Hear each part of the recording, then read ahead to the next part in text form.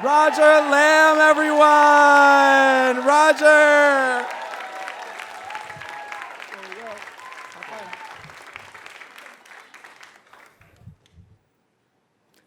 My mom was not your stereotypical Chinese tiger mom. She didn't care if I got straight A's. She didn't want me to play an instrument I didn't like.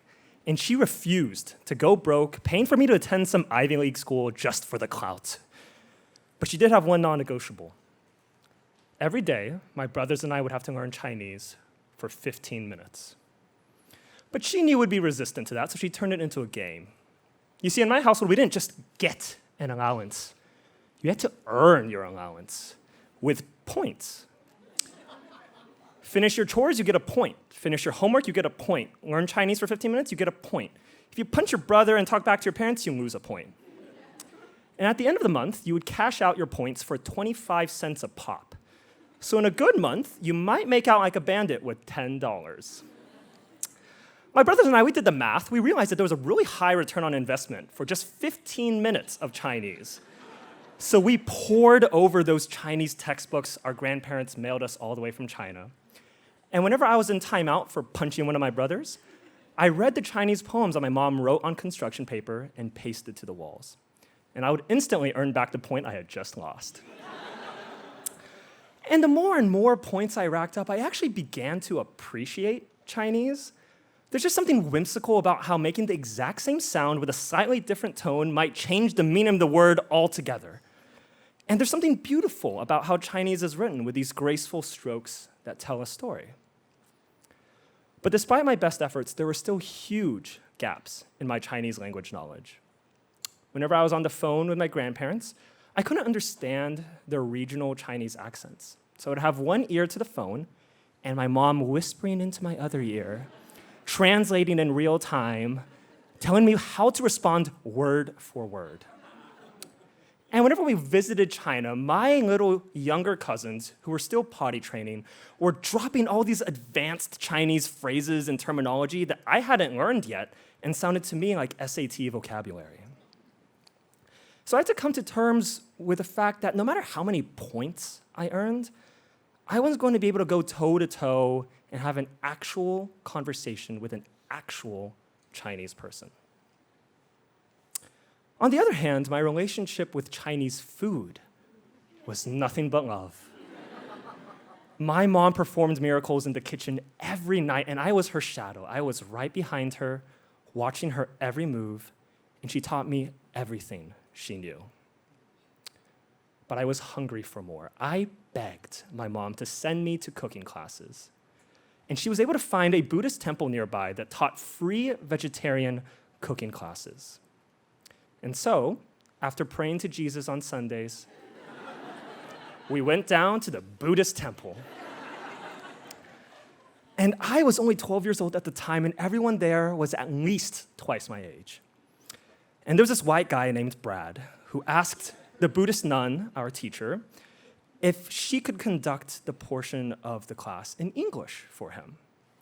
She rolled her eyes and groaned, and it sure didn't help when I raised my hand and also asked for the English version.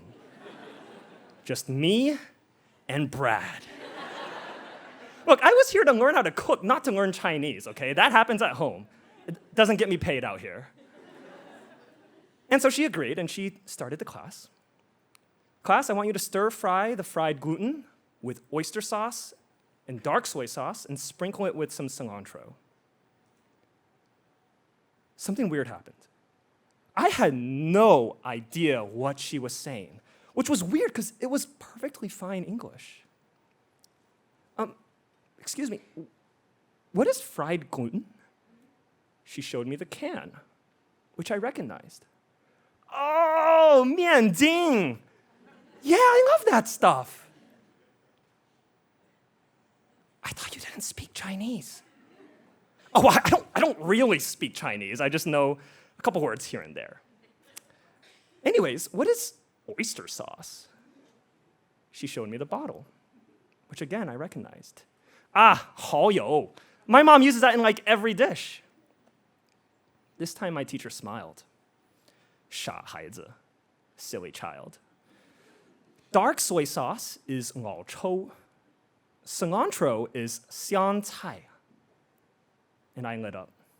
Why didn't you just say so? I know all those ingredients. Now she got real serious. And she knelt down and she looked me in the eye. 如果你认识这些原料，你就明白中文. If you know these ingredients, you know Chinese. And so for the rest of the class, in the next couple weeks, we spoke Chinese together. And she reserved her English for Brad. I was like her shadow in the kitchen. I was right behind her, watching her every move, and she taught me everything she knew. Nowadays, when I'm hosting food and history tours in Manhattan's Chinatown, I insist on ordering food for my guests in Chinese. And sure, sometimes I get the tones wrong, and there's funny little miscommunication between me and the shop owners. But at the end of the day, I get to connect with somebody who looks like me. And I keep a mental tally of how many points I've earned, so I can go back to mama for a payday. Thank you. Give it up for Roger Lamb, everyone! Roger Lamb! Wow. It all just connected, right?